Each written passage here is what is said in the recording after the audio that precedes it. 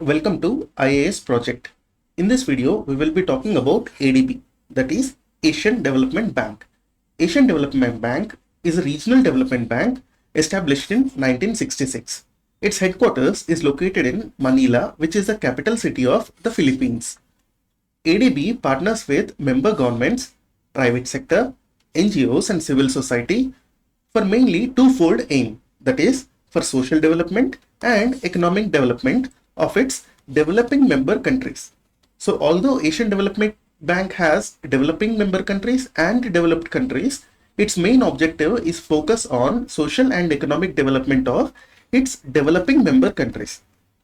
Asian Development Bank admits members who are members of UNESCAP as well as non-regional developed countries. Let's look at UNESCAP in detail. UNESCAP stands for United Nations Economic and Social Commission for Asia and Pacific.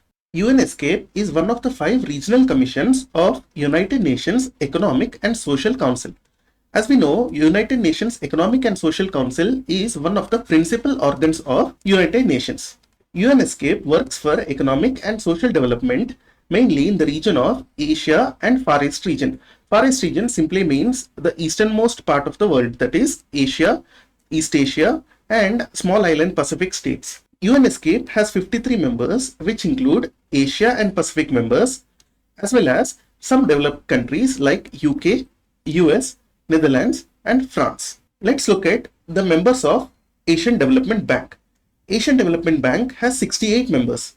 Out of these 68, 48 are from Asia and Pacific region, that is in this region. We can see India, China and most of the ASEAN members are members of Asian Development Bank. Asian Development Bank also has 19 members who are from outside the Asia and Pacific region, that is this region. They are all developed countries. Asian Development Bank is modeled on the basis of World Bank. That means its subscription from its members as well as voting share of the members are weighted system based on the amount of subscriptions they are contributing.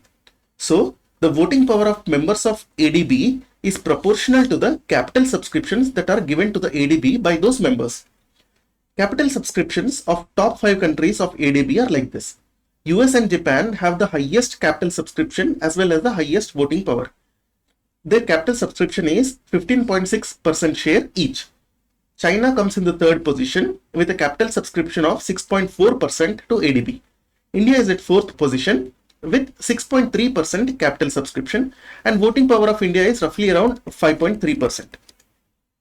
ADB is also an official UN observer. The head of the ADB or the apex policy making body of ADB is its Board of Governors. Board of Governors has one representative which come from each member country. Board of Governors also elect the ADB President. ADB President is elected for 5-year term. Reappointment for second term is also possible. ADB President from the time of its establishment in 1966 has always been a Japanese. We have learned that in the case of IMF, although there is no written rule, the managing director of IMF has always been an European.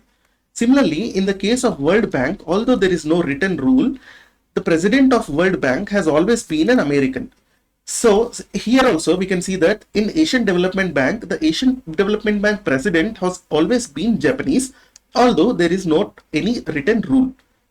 If you want to know more about IMF and World Bank, please refer to our IMF and World Bank videos on IAS Project. Let's look at the relationship of ADB and India in the past. India is a founding member of ADB in 1966. India is also the 4th largest shareholder as well as 4th largest voting power holder within the Asian Development Bank. The first 3 are US and Japan, which have equal shareholding as well as equal voting power. And in the 3rd position we have China and 4th position goes to India. Similarly, in the 5th position we have Australia and in the 6th position we have Indonesia, but they are not important from exam point of view. India is top borrower from ADB since 2010. ADB's commitment to India is almost around 51 billion US dollars and this is rising every year. So India is one of the most benefited countries from ADB. ADB's commitment to India includes sovereign and public sector loans Sovereign loans means the loans that are given to Government of India on the back of sovereign guarantee. ADB's commitment also includes grants as well as technical assistance. ADB funding in India can be seen in some projects like East Coast Economic Corridor, Bangalore Metro Rail Project, Chennai Urban Flood Risk Management Project, and others. Let's look some of the important reports which are published by Asian Development Bank.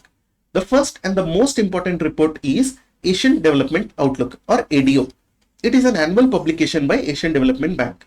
We must note that ADO or Asian Development Outlook has been modeled on World Bank's Global Economic Prospects report, and it is also modeled on the basis of IMF's World Economic Outlook report.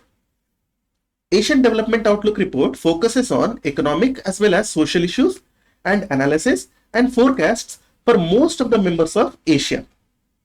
The second important report is Asian Economic Integration Report. Economic integration of Asia is one of the key functions of Asian Development Bank. So the report is an annual report which is published by Asian Development Bank. Please like and share this video and subscribe to IAS Project. Thank you.